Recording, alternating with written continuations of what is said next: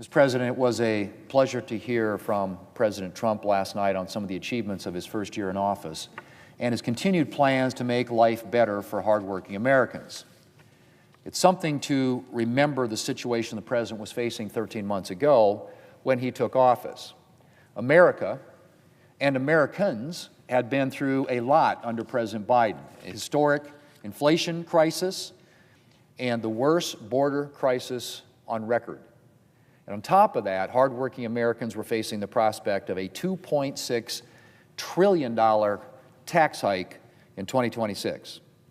President Trump and Republicans took office last January determined to turn the page on these crises. We knew things weren't going to get fixed overnight, but we also knew that we could do a lot to make life better for hardworking Americans. And we got right to work.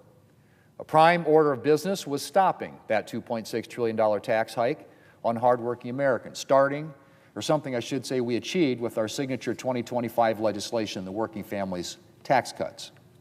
But we weren't going to stop there. We were determined to put more money in Americans' families' pockets. And that, Mr. President, is exactly what we did.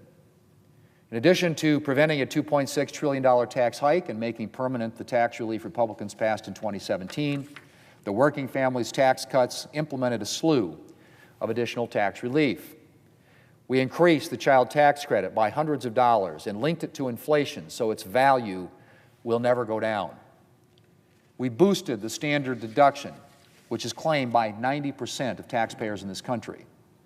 We instituted a new $6,000 bonus deduction for lower and middle income seniors. We implemented no tax on tips and overtime, allowing hardworking Americans from nurses to rideshare drivers to keep more of their own money, and more. And Americans are already seeing this relief in the form of bigger tax refunds. But the Working Families Tax Cuts didn't end with tax relief, Mr. President. We repealed Democrats' natural gas tax and took steps to unleash American energy production to ensure that Americans have a stable, plentiful, and affordable supply of energy. We took measures to modernize the farm safety net, something very important to the financial well-being of farmers in my state of South Dakota and around the country. And of course, the Working Families Tax Cuts also address border security and national defense. Thanks to President Trump's work to stem the national security crisis at our southern border, encounters at our southern border are currently a tiny fraction of what they were under President Biden. And unlike under President Biden, individuals apprehended attempting to cross our southern border are not being released into the interior of the country. And the Working Families Tax Cuts bill helps ensure that we have the resources to maintain this kind of secure border for the long term. Mr. President, the Working Families Tax Cuts may have been our signature legislation last year, but it's far from the only thing we've been doing to help make life more affordable for hardworking Americans. The President and Congress have taken action to repeal a number of burdensome rules and regulations that would have driven up energy and appliance prices in this country. In this year's health care appropriations bill, we prioritize measures to make prescriptions less expensive at the pharmacy.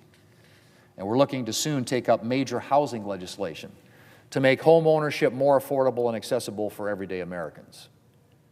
My Democrat colleagues may talk a good game about helping hardworking Americans, but Republicans are actually putting in the work. We're putting more money in Americans' pockets and working hard to make life affordable for American families. And as President Trump made clear last night, we are just getting started. Mr. President, before I close, the President awarded medals to several military members last night, including the Medal of Honor to South Dakota native Royce Williams.